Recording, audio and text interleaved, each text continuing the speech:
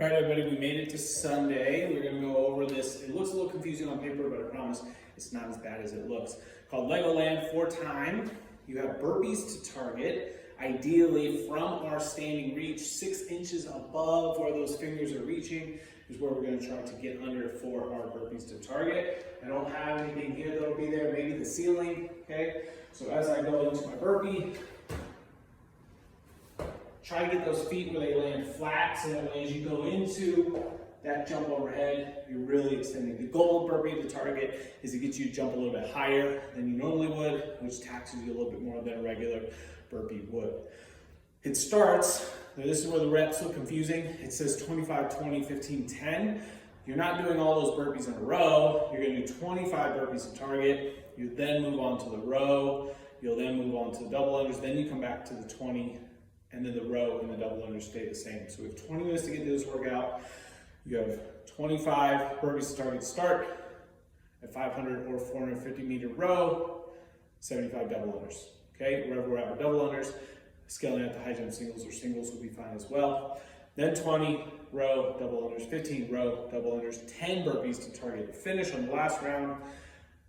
Then your meters on the rower and double unders. Okay. For the post-workout strength, 3 to 4 sets, depending on how much time is left. We'll start with our half kneeling dumbbell Arnold press. So as I get into my half kneeling position, this front leg, I will then, if my left leg is in front, I'm going to lift with my right. So I'm gonna have the dumbbell start by palm facing my face. As I turn up, I'm gonna go out just a little bit and end with my bicep in line with my ear and the dumbbell all the way overhead. As I come back down, same thing, it twists out and back in. We want a weight that we can comfortably control for all 8 reps. If this is giving you a little shoulder pain going out, you can keep the twist tight. You just won't have that same stress on the outside of the shoulder from the movement. Then you go into 8 on each side of a goblet curtsy squat. This could be a kettlebell or a dumbbell. As we curtsy, okay, we're looking to step back and across the body so that torso and everything stays up, but my knee is getting past my heel this way.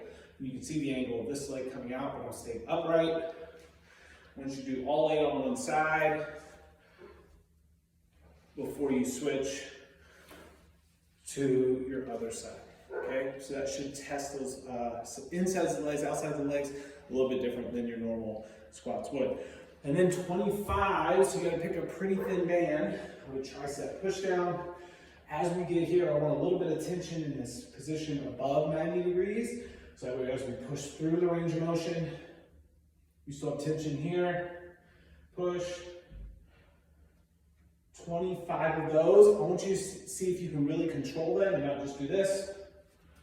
Where the band is just popping back up, but really control all the way down and back up. That way we're working on controlling our movements instead of just flying through them.